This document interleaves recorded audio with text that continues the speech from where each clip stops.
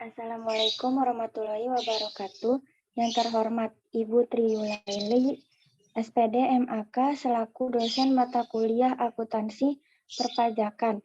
Dan teman-teman yang saya hormati, kami dari kelompok 11 terdiri dari saya sendiri, Rina Harlenasari sebagai moderator yang ber-NPM 2020-1031 5099 dan rekan saya Noviliana Damayanti yang ber-NPM 2020-1031 5184.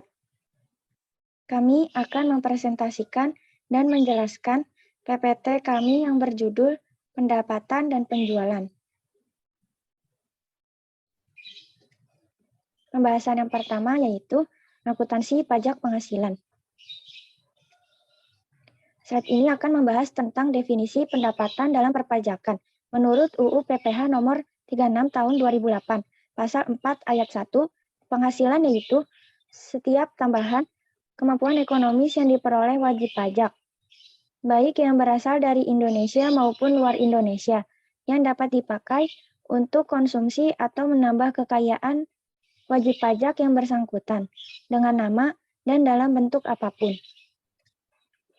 Slide ini akan membahas tentang penghasilan objek pajak. A.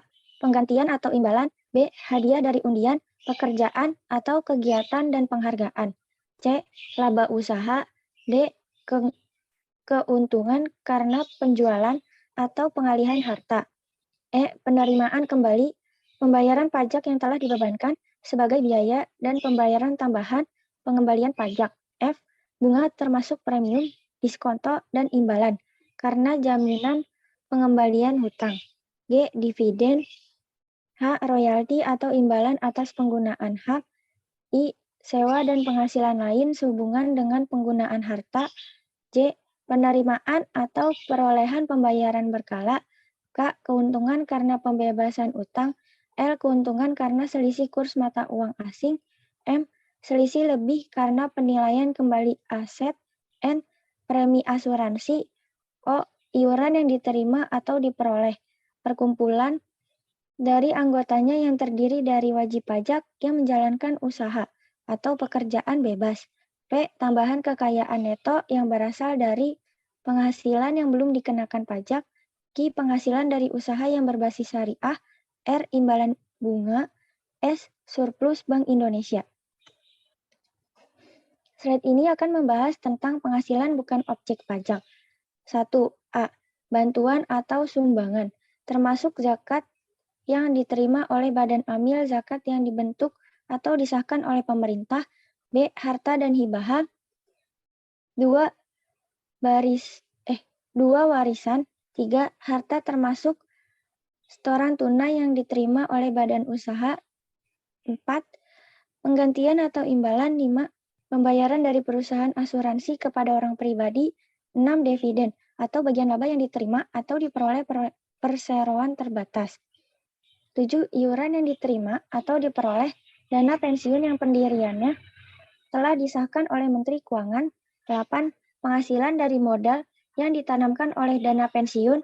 9. Bagian laba yang diperoleh anggota dari perseroan komanditer yang modalnya tidak terbagi atas saham-saham, persekutuan, perkumpulan, firma, dan kongsi, termasuk pemegang unit penyertaan kontrak investasi. 10. Penghasilan yang diterima atau diperoleh usaha modal ventura. Slide ini akan membahas tentang tarif pajak penghasilan. 1. Untuk wajib pajak orang pribadi dalam negeri, lapisan penghasilan kena pajaknya sampai dengan 50 juta rupiah, tarif pajaknya 5%, di atas 50 juta rupiah sampai dengan 250 juta rupiah, tarif pajaknya 15%, di atas 250 juta rupiah sampai dengan 500 juta rupiah, tarif pajaknya 25%, di atas 500 juta rupiah, tarif pajaknya 30%. 2. Untuk wajib pajak badan dalam negeri dan BUT, tarif pajak untuk WP badan dalam negeri dan BUT sebesar 28%, tarif PPh tersebut menjadi 25% mulai berlaku sejak tahun pajak 2010. 3. Untuk wajib pajak orang pribadi dan wajib pajak badan yang tidak memiliki nomor pokok wajib pajak atau NPWP. Slide ini akan membahas tentang klasifikasi pajak atas pendapatan.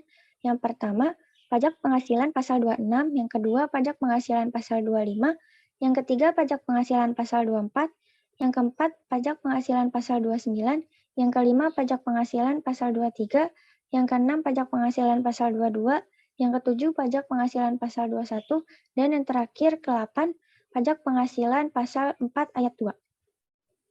Slide selanjutnya akan membahas tentang jenis-jenis pajak penghasilan.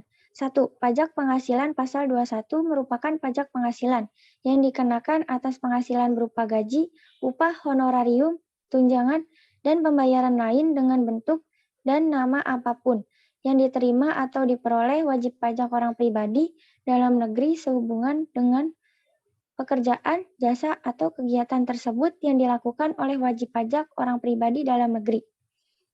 Contoh perhitungannya, Tuan Darusman adalah pegawai tetap PT Nagoya, telah ber-NPWP memperoleh penghasilan setiap bulan sebesar 7 juta rupiah.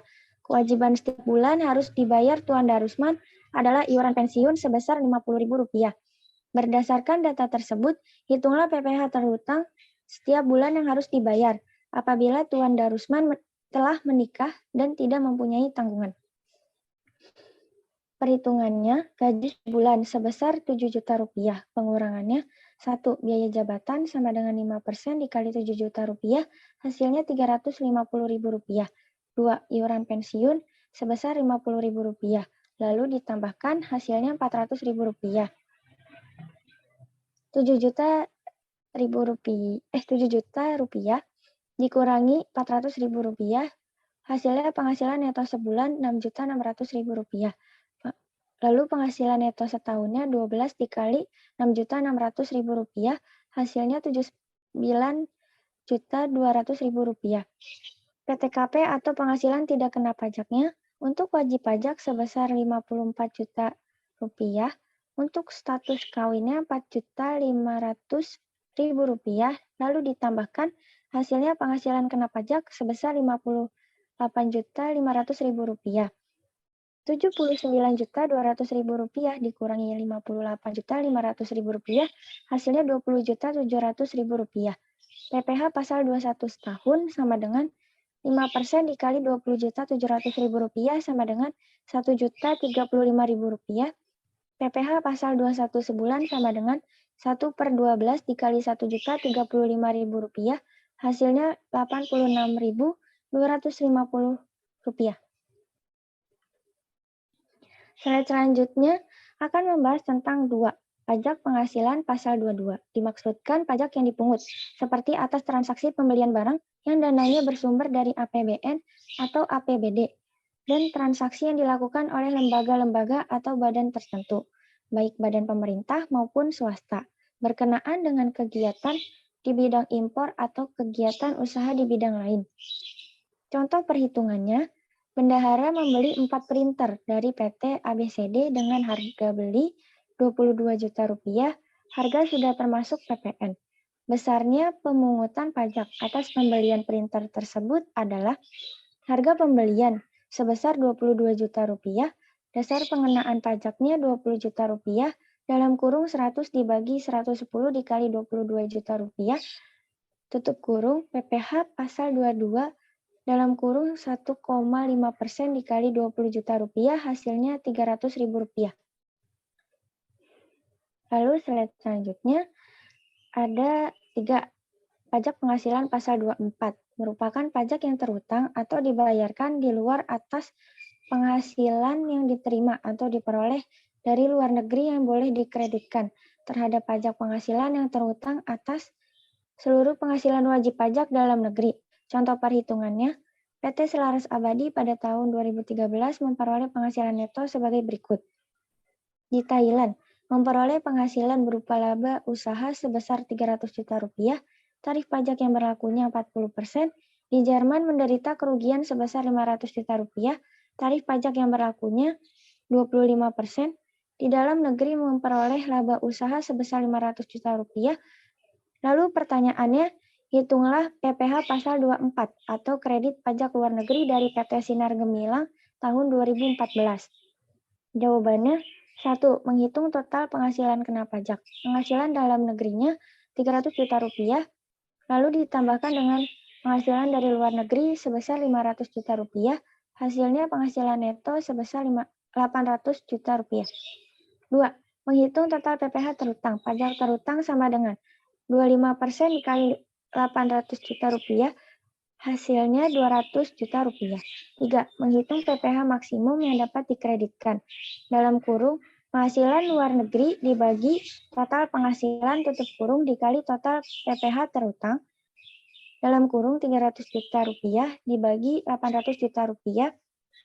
Tutup kurung dikali 200 juta rupiah, hasilnya 75 juta rupiah. 4.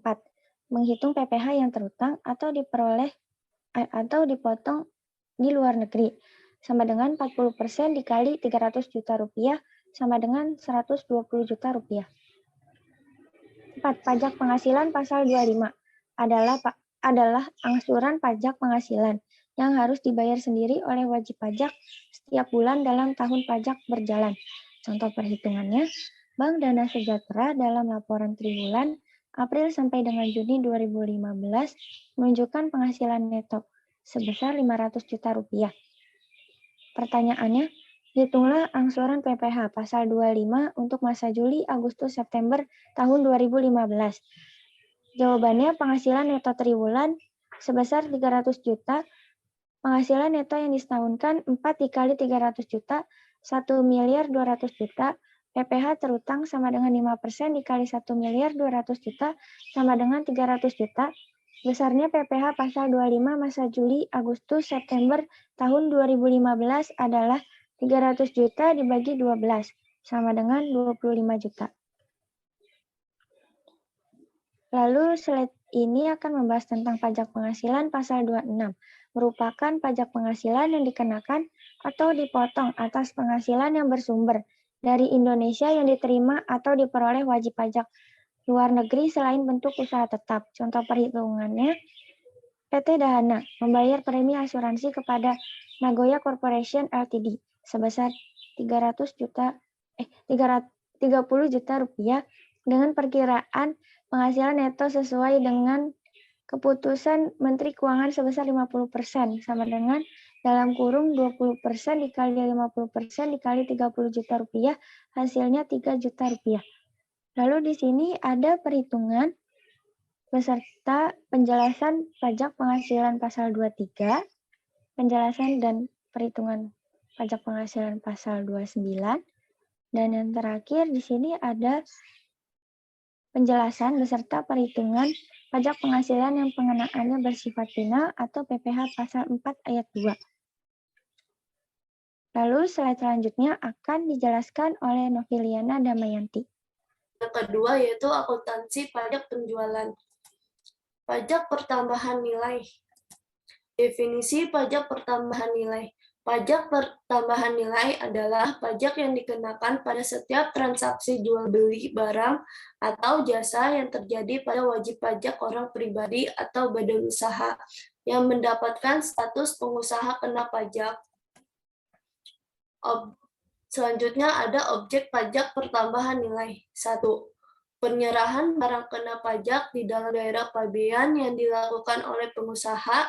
2. Impor barang kena pajak. 3. Penyerahan jasa kena pajak yang dilakukan di dalam daerah pabean oleh pengusaha.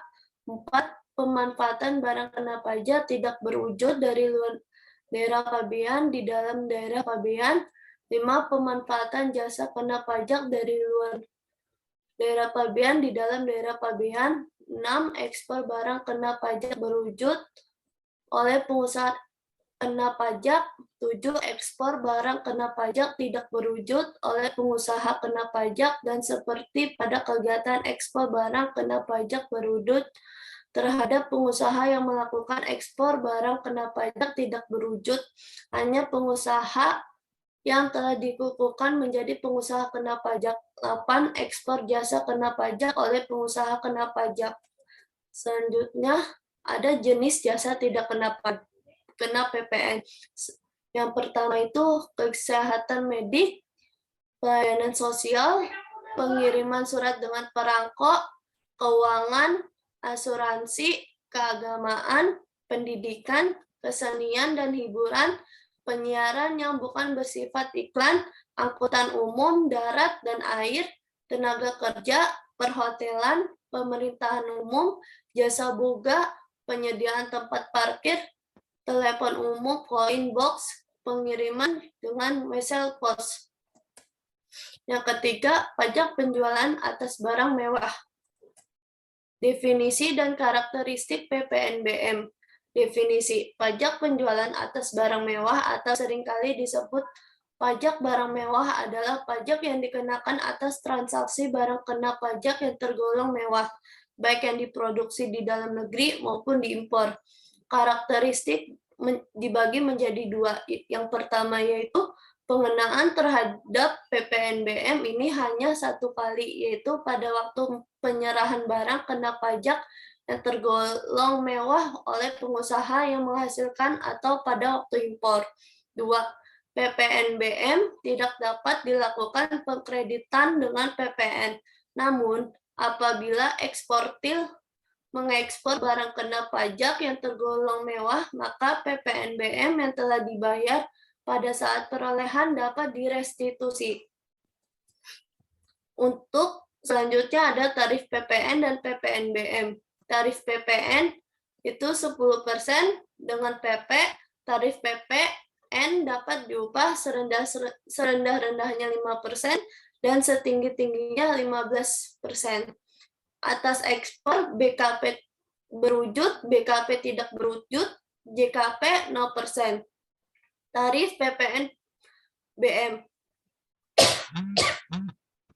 paling rendah 10%, paling tinggi 200%, atas ekspor BKP yang tergolong mewah 0%.